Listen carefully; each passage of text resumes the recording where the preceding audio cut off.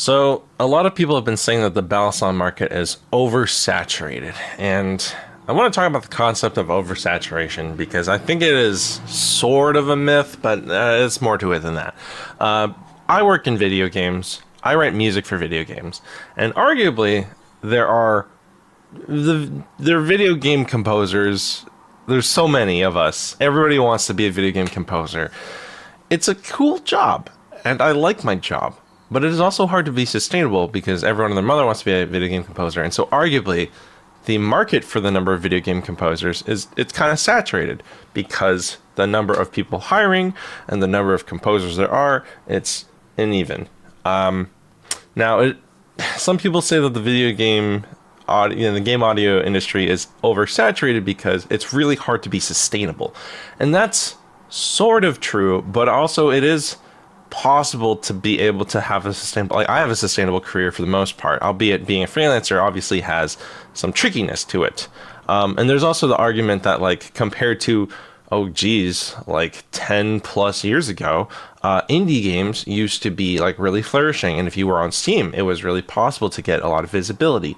But now there are so many indie games that like you can have a well-marketed, really good indie game with a publisher, and you still might not necessarily succeed. And you could argue that it's oversaturation, but it's also just like, it's so hard to get noticed, and possibly that's an issue about oversaturation, but it's hard to say. Balisongs are much more niche than video games. I think it's pretty safe to say that there are a lot more people worldwide buying video games than there are people buying dangerous fidget spinners. And even the safe fidget spinners, a lot of people don't want to buy because admittedly, they don't do anything unless it's a bottle opener or a comb, and even then, there aren't too many of those. So let's talk about the idea of the oversaturation of the market in Balisongs. Balisongs are expensive and niche. Now, any hobby that goes deep enough is expensive and niche. You could say things like pogo sticks. There are people who do like crazy tricks on pogo sticks. That's pretty fucking niche. Even something similar like skateboarding is a lot more common. Then we're gonna get into the sort of similar category for Balisongs. The thing is, I guess in the pandemic, the Balisong community really boomed, and it was growing and it was getting bigger, and just a lot of things were happening. And so a lot of people were entering this community, and it was nice to flourish. And arguably now people are in fact having a much harder time flourishing in the Balisong market as makers. There is a possibility that the community is shrinking. It's hard to say. I think like any major thing that's kind of like Balisongs are not new, but like when the hobby picked up in the pandemic, there's probably that sort of newness to it, and then people kind of probably slid off. And that's normal for basically anything, like when a new game comes out, and then, a lot of people are playing it, and then people will slide off, and then like a multiplayer community, like Street Fighter, a lot of people were playing Street Fighter 6 when it was brand fucking new, and yeah, there are people who will come in, but obviously like, it bubbles, and then it probably like deflates back to a position. The idea, though, that the market is oversaturated with too many makers or maybe too many unique designs, that is a much trickier thing to say. It's always been risky, and it's always been a high risk, arguably low reward industry to make Balisongs that are, to profit off of that. It's really tricky. And I have been I've been making a podcast where I interview Balisong makers, and you can learn way more about like the process and sort of like just how hard it is to sustain yourself in this process. And so like, anyways, check out my Balisong Meet the Makers podcast, which has a couple episodes out now.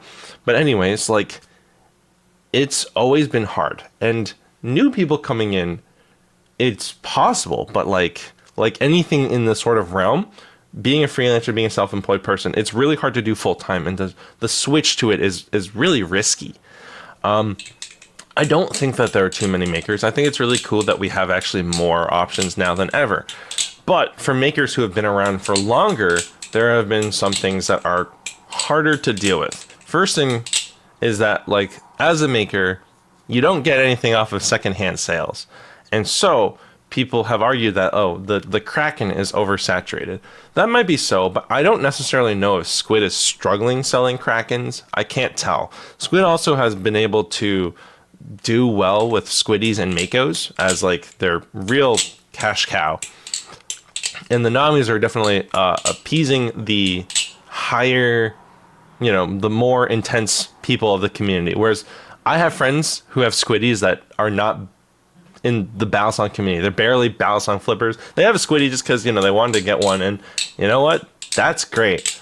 And it's really hard. I have seen makers try and go to making aluminum Balisongs to try and get a piece of that pie because they saw the market shift towards buying cheaper aluminum knives. However, as we've seen and as I've mentioned, competing with the Kraken is really fucking hard. The Kraken is just so dominating that price point, that channel aluminum Balisong market. It's really, really hard to compete. And so makers sometimes will try and make aluminum Balisongs and not necessarily, maybe it'll like pan out, but it's not quite the success that they're hoping for. Apparently Fellowship Blade says that at some point he said that he would never make an aluminum knife and he would never make a trainer. And he's done both actually now, since then. It's hard to be a maker and want to stick to a certain principle, but also have the idea that you need to make something that will appeal to the market and sell. I don't know if the Hognose necessarily did that. I do think that the Hognose at least did sell what it needed to sell, but I don't know if it was a venture that was worth investing in still. And I've seen, I don't know, I think it's interesting watching Fellowship Blades because it's sort of like a litmus of the market. So, the thing about the Balisong market is that it's not so much that there are too many Balisongs, it's just that the economy is bad. And I think it's pretty safe to say the economy is not great. When I was in high school, I was still led to believe that I go to college, I get a job, I buy a house. And then during my time in college, that 4-year window, which is not that long of a time, it became very, very clear that that wasn't going to happen.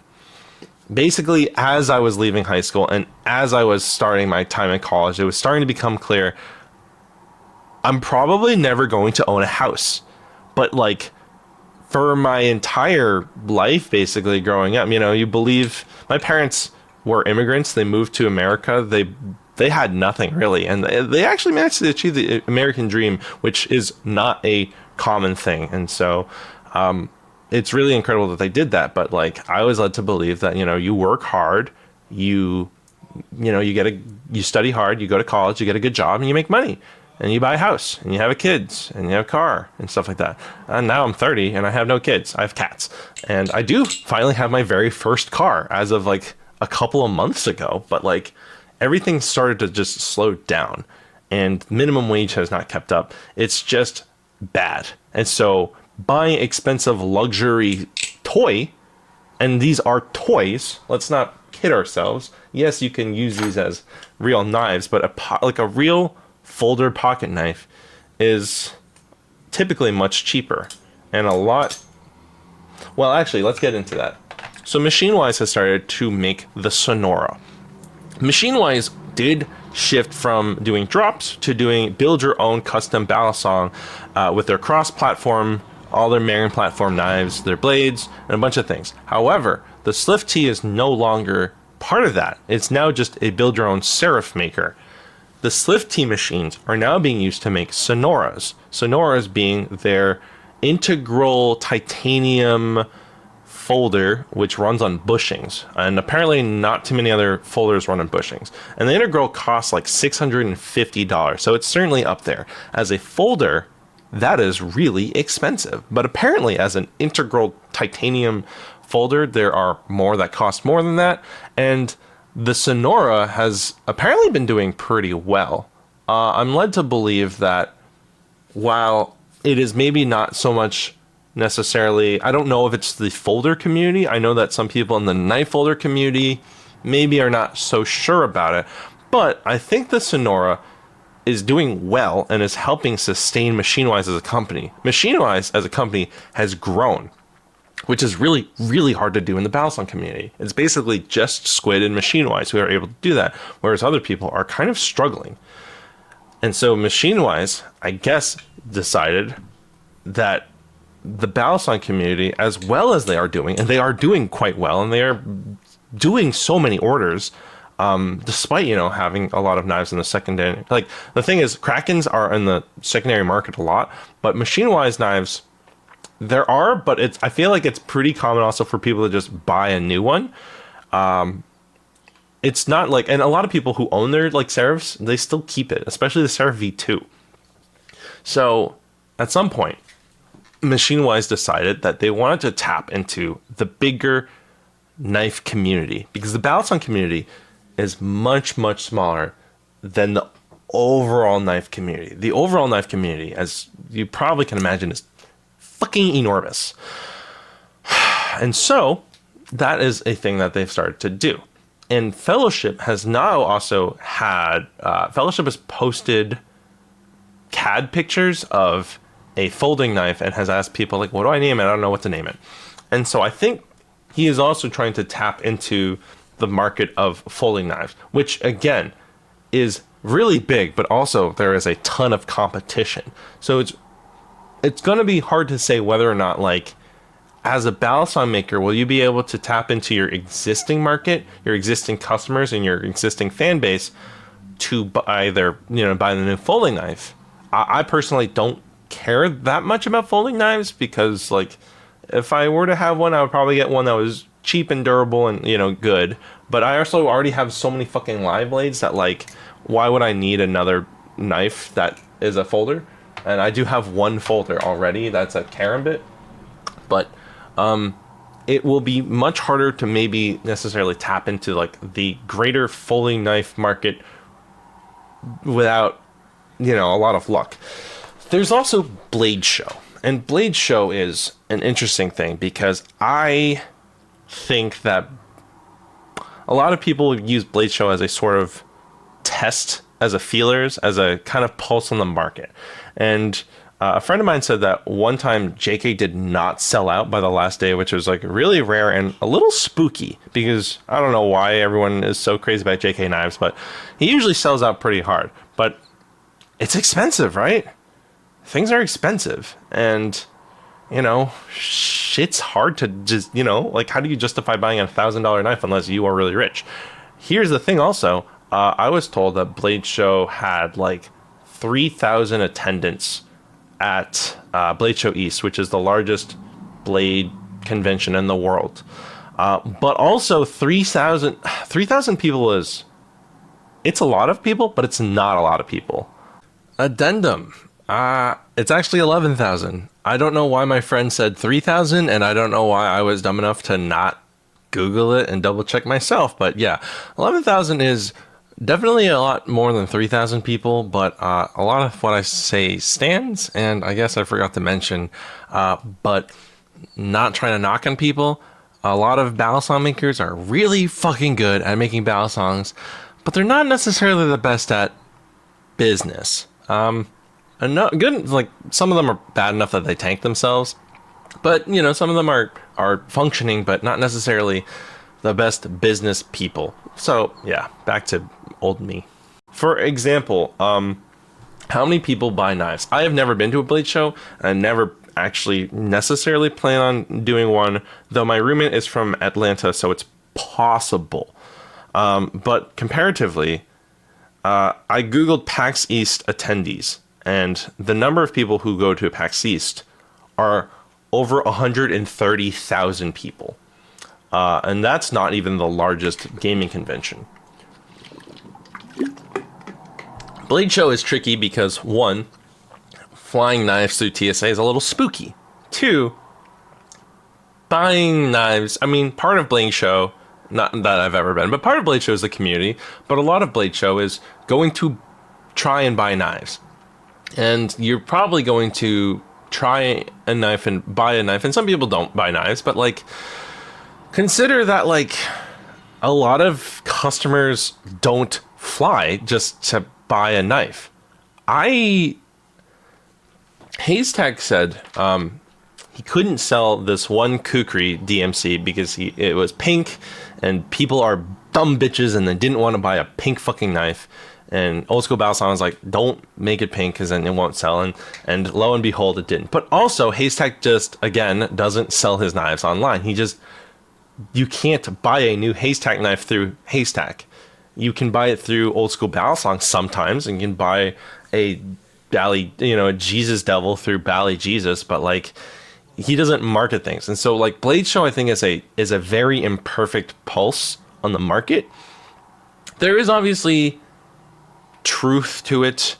There's a lot of things that you could argue, but like the number of people who buy knives around the world, or even just in the United States, it's going to be a lot more than, like, I think 3,000 is not honestly a significant, like a really significant percentage of the people who buy knives. It is a significant percentage of very dedicated knife enthusiasts who are willing to travel.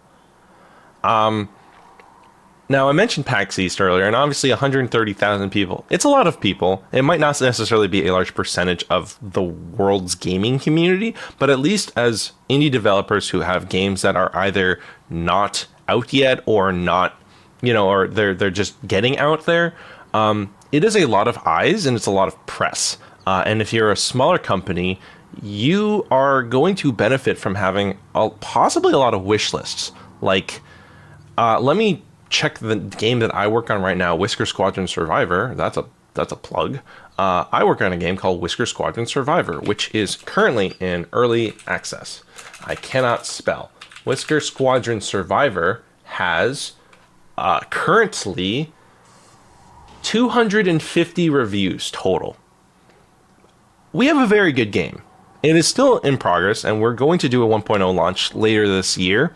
But like, having possibly 130,000 people, like, and obviously it's not that much, but let's say even if you have several thousand wish lists, if those many people, it's going to be number of attendees, number of wish lists, number of sales, number of people actually playing, and the number of people who actually play and leave reviews. If that all trickles down, having a number of reviews is a really big deal. And that's like really important for games. With knives, I don't know if there's necessarily a big enough community or a large enough like media circus in terms of how good are these knives. A lot of things, people will say things, but it's very anecdotal, and I don't necessarily know if there's like a ton of publications that like there might be one, but I feel like a lot of knives are just very much like, oh, it's good, or like, I think it's very much kind of like finicky and hard to really get a pulse on the community at large. You kind of just get pockets. And so I think the oversaturation of the Balisong market is a myth. I think that Balisongs are not selling because the economy is just not good. And the bubble has died down. I don't necessarily know if the Balisong community is dying. I don't think it's dying. I just think that it bubbled really hard, and then the bubble burst. And it's also really hard to get into Balisongs. Like a folding knife, you just flick open. A Balisong, you have to take the time to learn tricks. I have made tutorials now, which I guess hopefully will help contribute to people learning Balisongs and getting into it. But like what I'm doing right now took me months of practice. Most people who get a Balisong can't do behind the 8-ball into a helix, because that's a huge, and there it is, I dropped it. I fucked it up. But that's a huge stopping point for most people learning how to flip knives, learn how to flip Balisongs. I had a friend who just couldn't get it down and was like losing interest and quit. And so, how do people get into the Balisong community? It's basically just Squid. As far as I know, Squid is the only company that has actually really put efforts into growing the community. Squid has a lot of customers that are not in the Balisong community. Squid has a lot of customers that are not like regularly interfacing with each other online or necessarily in person. Squid just has a bunch of people who sometimes buy one Balisong and that's it. And that's fine. I thought I was only going to buy one Balisong and that would be it. I thought I was just going to own the Mako. And then I started to learn more. I saw Will Hirsch's videos. I saw the Vulp. I decided to go on that. I tried the BB. I tried to get the Barracuda, and I still have the Barracuda. And eventually, now I have my whole collection. But Squid actually has a bunch of resources. It's really easy to find their products. It's really easy to Google their stuff. I had not heard about the Vulp when I first got my Mako. And you might think that the Vault was super easy to find, but frankly, for people outside of the community, it wasn't. But the Mako was. Mako was really easy to find information on. And so I got a Mako. I watched their tutorials. Squid has really beautifully edited, highly produced tutorials. And Balisong enthusiasts will have some opinions on Squid's products, and some people will find it overpriced and will complain. And but the thing about it is that, as far as I can tell, Squid is really the only company that has actively put work into growing the community, has reached into gamers who play Counter-Strike and Valorant, have taught the combos from all the Counter-Strike combos, the Valorant combos, Apex Legends. They tap into that. They also show off at anime conventions and have specially made Balisongs for anime stuff. And so, like, Demon Slayer fans might see the Tanjiro Squiddy Owl and be like, oh, I want that. Naruto fans might see the Naruto Triton and be like, oh, okay, I want that, I think it would be really smart if they did it for, like, bottle openers, because, again, if you're like me, you'd be like, well, I don't want just an expensive toy. I would want a tool that I could then somewhat justify, at least, because a bottle opener, even if you don't actually get good at Balisongs, which was a very high likelihood that I would never have gotten past, the basic opening, and maybe, like, I struggled with fans for a long time. But even then, I'd still have a bottle opener if I gave up on Balisong flipping. So I think, the tricky thing is the Balisong community is not growing at a substantial rate. There are obviously new people who come in. I have come in relatively recently, but there was a bubble. The bubble burst, and people are panicking. So 1, it's not growing. 2, Balisongs are expensive, and the market is, like, just the economy overall is bad. 3, a lot of Balisong makers are now starting to possibly diversify into, they try to diversify into various things like channel aluminum Balisongs, but some of them seem to be dipping into the folder market. How successful they are, we'll have to see. It's too soon to really say, but at least so far, the Sonora seems to be doing well, and any other one else, I have only seen Fellowship. I have it's just CAD file, so it doesn't even exist. 4, I guess I didn't actually really necessarily touch up on this. Balisong makers can only make a Balisong for so long before it stops selling. I know that, Krakens, there are just so many out there, and so it's really easy to find on the second market. Fellowship has brought back the Medusa, but it went from being like 400 to like 500 to now 700. And part of it is Magna Cut, but I don't think people are going to want to buy the Medusa for $700. So it's hard to, like, you can update builds, but, like, with such a big price increase, it's hard to justify. And so when you have new builds, enthusiasts will want to get on that, but it's just hard, especially when you don't have cheaper, inexpensive options that provide some sort of utility for people. Hopefully the Vault being on Amazon, I hope it comes back to Amazon. I hope that the Vault is like the quintessential I am new to Balisongs and I will get in. And if Nibali's also puts in work into building new community members by teaching them how to flip, making tutorials. And yeah, you could also say it's redundant, but Nibali's has a really good shot at like growing the community if they put in time and energy into fostering new members, teaching people.